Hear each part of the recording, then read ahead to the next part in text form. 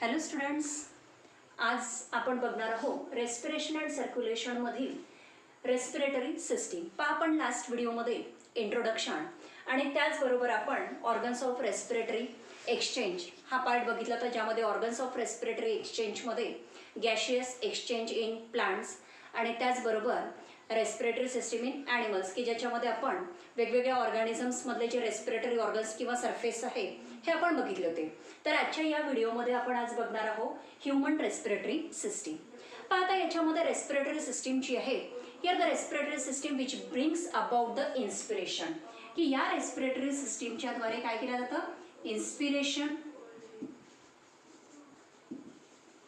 Exhalation and exchange of gases.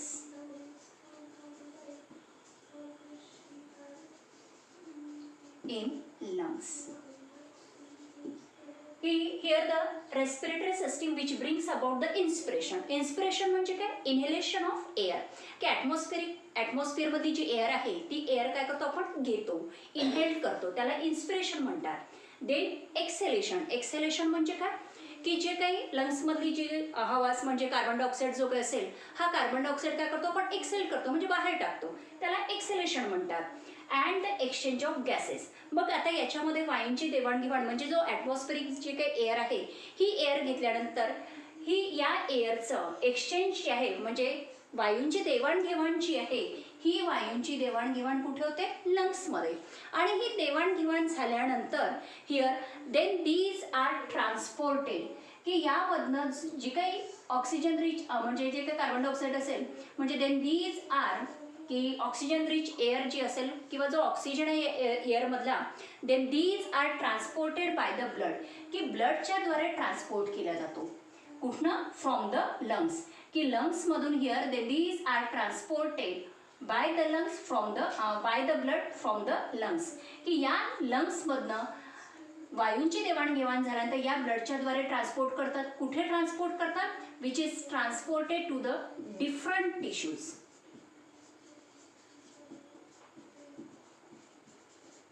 and parts of the body. म्हणजे here the respiratory system which brings about the inspiration, exhalation and exchange of gases in lungs, then these are transported by the blood from the lungs to the different tissues and the parts of the body. आता याच्यामध्ये here the respiratory system की respiratory system जी आहे this respiratory system which is divided into two parts की दोन parts मध्ये याचं deviation झालेलं आहे. ज्यामध्ये सगळ्यात पहिले आहे अप्पर रेस्पिरेटरी सिस्टीम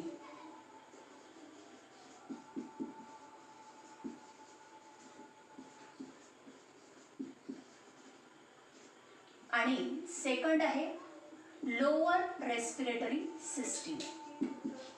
म्हणजे here the respiratory system can be divided into two parts. First is the upper respiratory system and second is the lower respiratory system.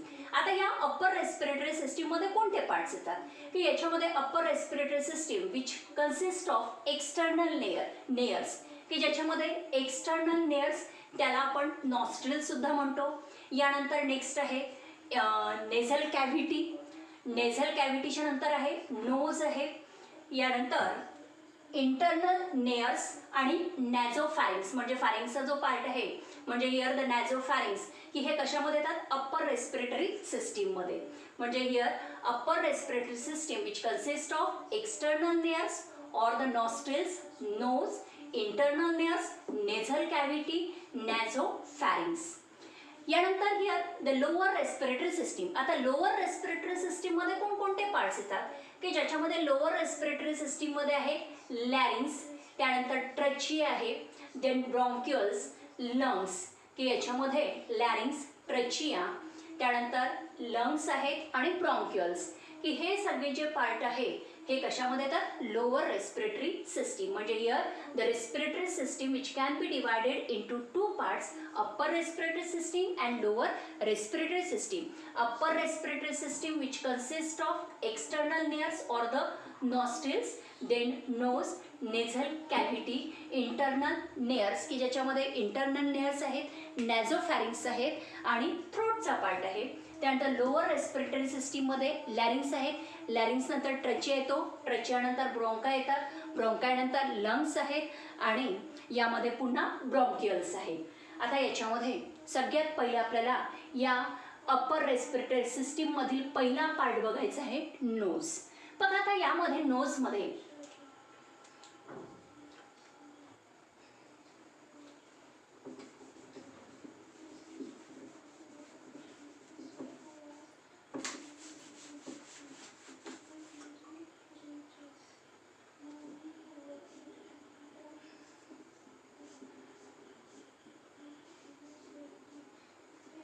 suppose that here the nose which consists of a pair of slit like opening, हे जे opening असतं slit like, here these opening which is called as the nostrils.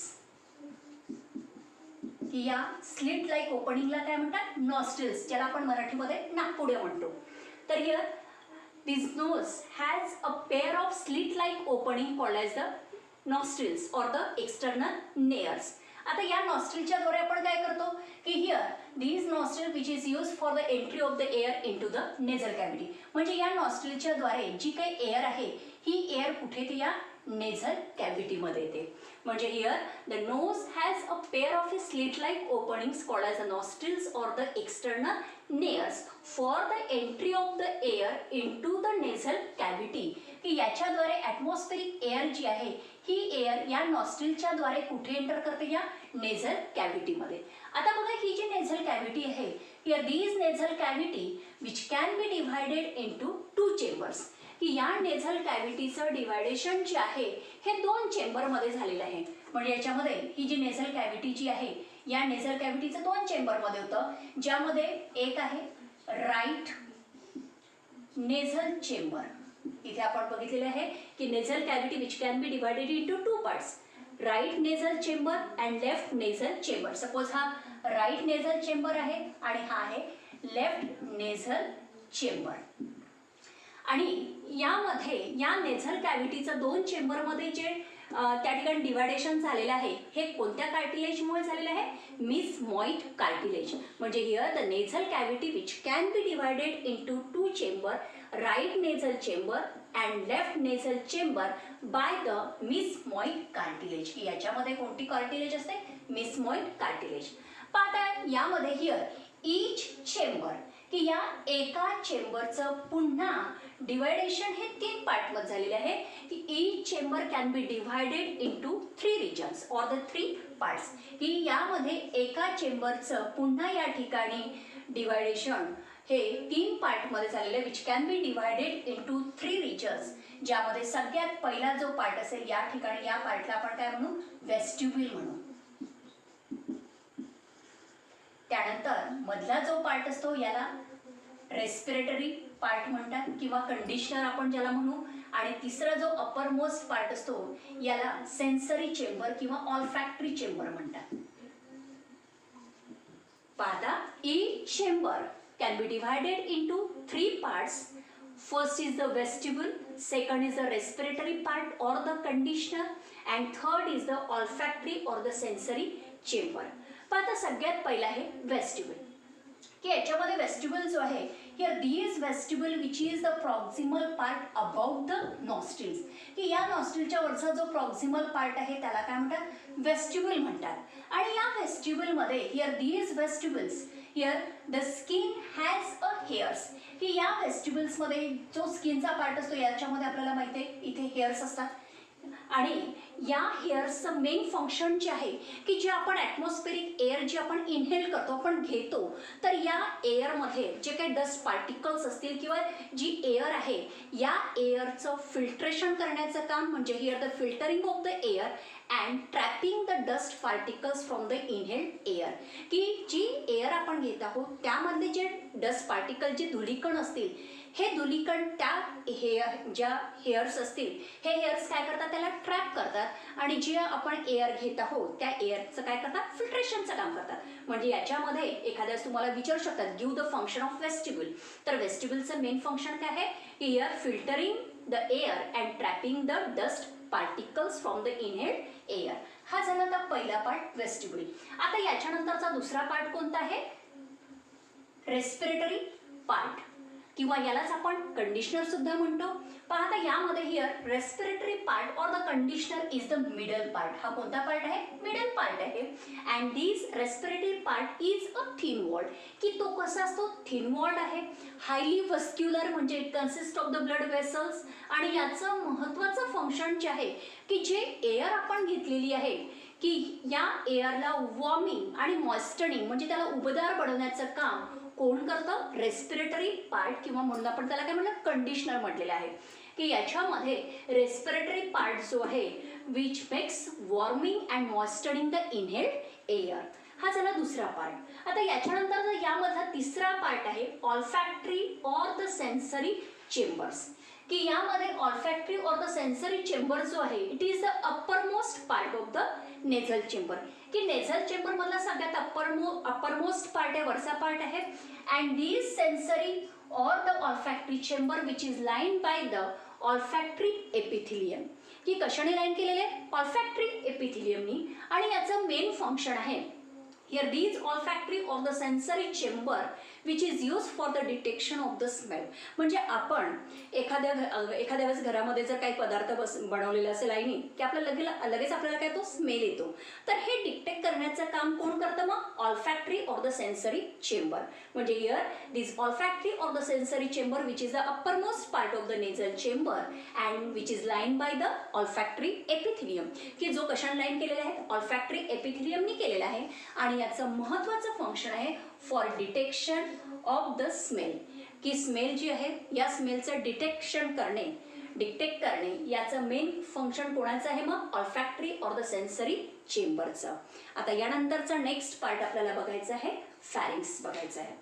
पण आता यामध्ये pharynx जो आहे here this pharynx which is divided into 3 regions. की या फॅरिंग्सचं सुद्धा यामध्ये एकूण 3 पार्टमध्ये डिवायडेशन झालेलं आहे. ज्याच्यामध्ये सगळ्यात पहिला जो पार्ट आहे तो आहे नॅझोफॅरिंग्स. म्हणजे हिअर नॅझोफॅरिंग्स कसा आहे, वरचा पार्ट असतो. त्यानंतर here this part which continuous to leads into the oropharynx. की जो कशामध्ये कंटिन्यू होतो, ओरोफॅरिंग्समध्ये. आता ओरोफॅरिंग्स जो आहे here these oropharynx which is the common passage for the air and the food.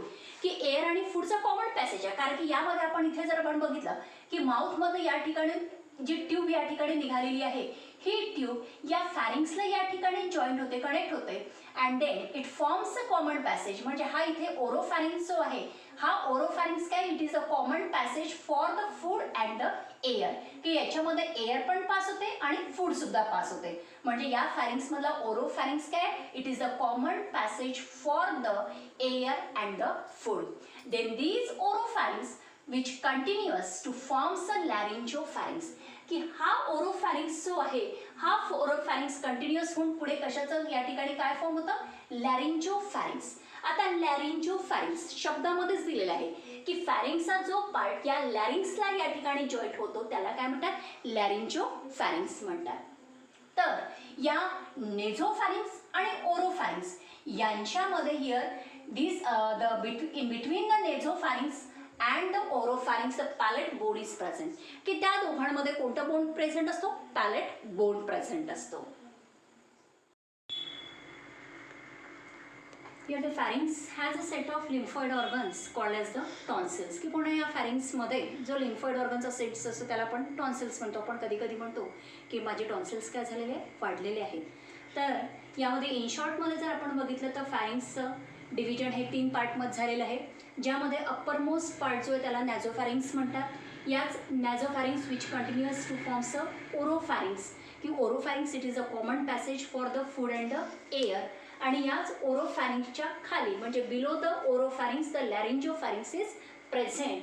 आणि नॅझोफॅरिंग्स आणि ओरोफॅरिंग्स यांच्यामध्ये जी बोन प्रेझेंट असते त्या बोनला काय म्हणतात, palate bones. Here the palate bone which is present between the nasopharynx and the oropharynx.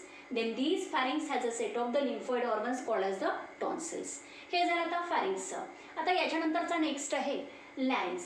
आता लॅरिंक्स जो आहे, हिअर द लॅरिंक्स, की हा कोणता पार्ट आहे, here the larynx which is also called as the voice box.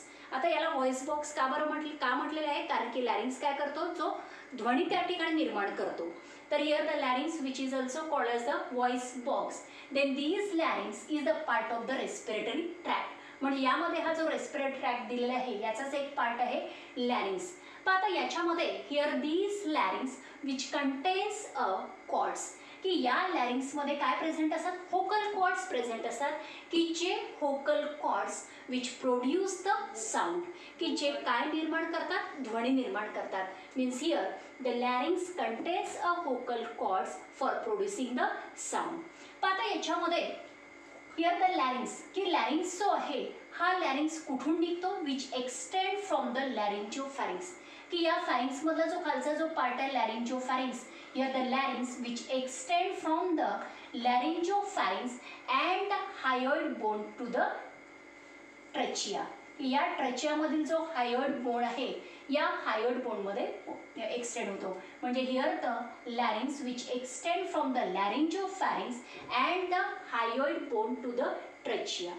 तर आता याच्यामध्ये हिअर दीज लॅरिंक्स किंवा व्हॉइस बॉक्स जो आहे हा कसा आहे, हॉलो. हॉलो म्हणजे काय, पोकळ. त्यानंतर ट्युब्युलर स्ट्रक्चर, म्हणजे याचं जे स्ट्रक्चर आहे हे कसं आहे, ट्यूब लाईक आहे. म्हणजे here it is a hollow and tubular structure.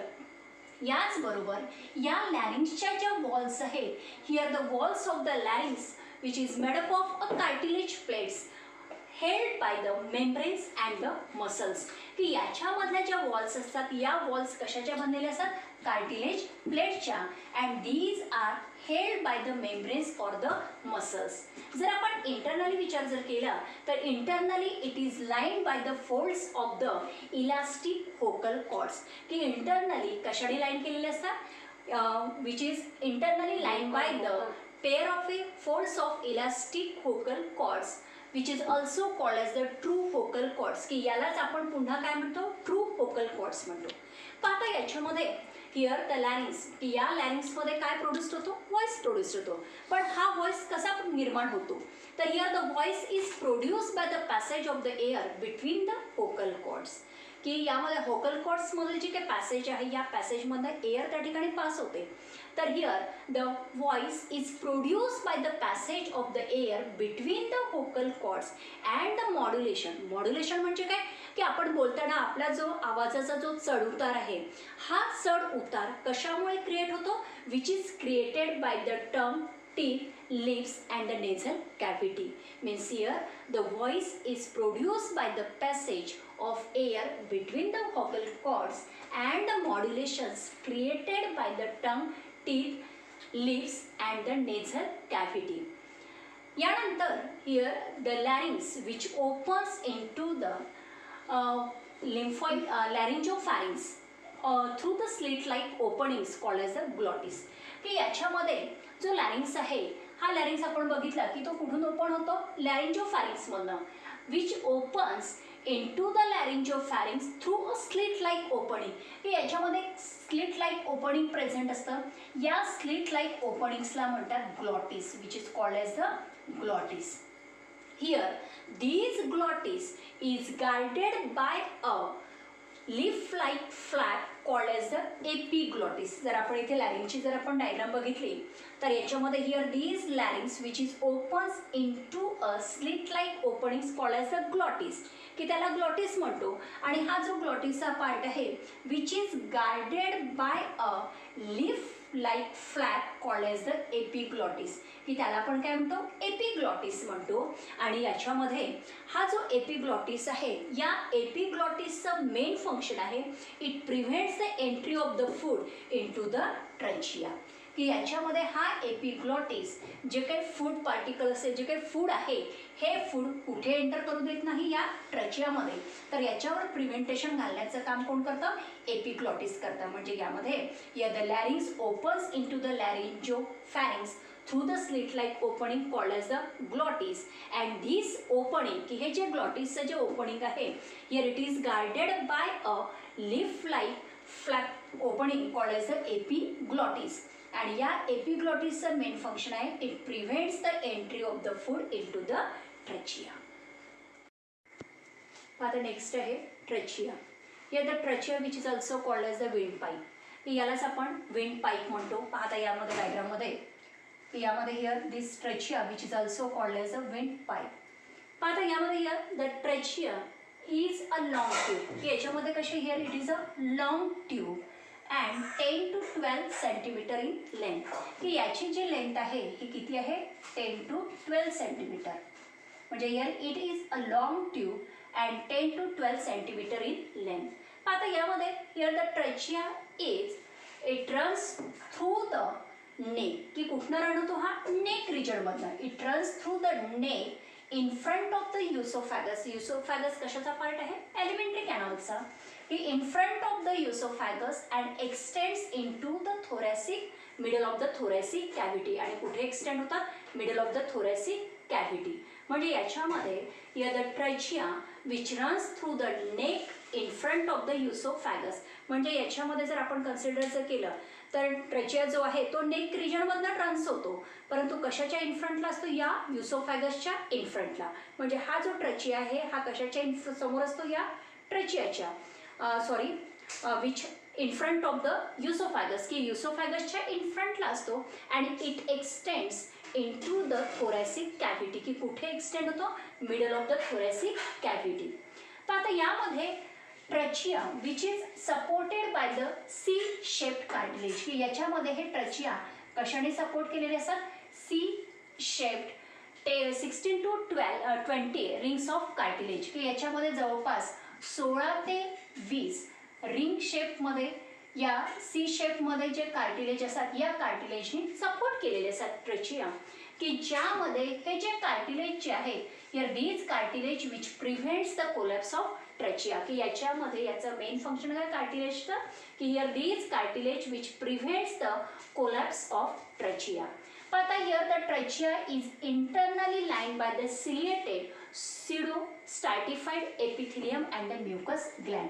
की इंटरनली कशाने लाइन केलेले असतात ciliated pseudo stratified epithelium and the mucous gland. की ज्याच्यामध्ये म्युकस ग्लँड जे आहे here these mucus gland which secrete the mucus की ज्या म्युकसचं सिक्रेशन करतात आणि यामध्ये here which trap the unwanted particles.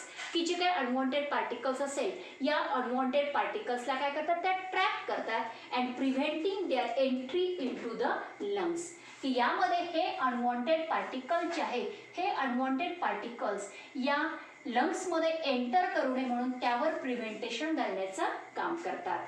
तर here the which trap the unwanted particles and preventing their entry into the lungs. तर हे झालं ट्रेचिया ज्याला आपण विंड पाईप सुद्धा आपण म्हणतो. आता याच्यानंतरचं नेक्स्ट जो ऑर्गन आहे ज्यामध्ये ब्रॉन्काय आहे त्यानंतर लंग्स आहे अल्व्हिओलाय आहे आणि डायफॉर्म आहे. हे जे ऑर्गन्स आहेत हे रेस्पिरेटरी सिस्टीमचे जे ऑर्गन्स आहेत हा पार्ट आपण नेक्स्ट व्हिडिओमध्ये आपण बघणार आहोत. थँक्यू.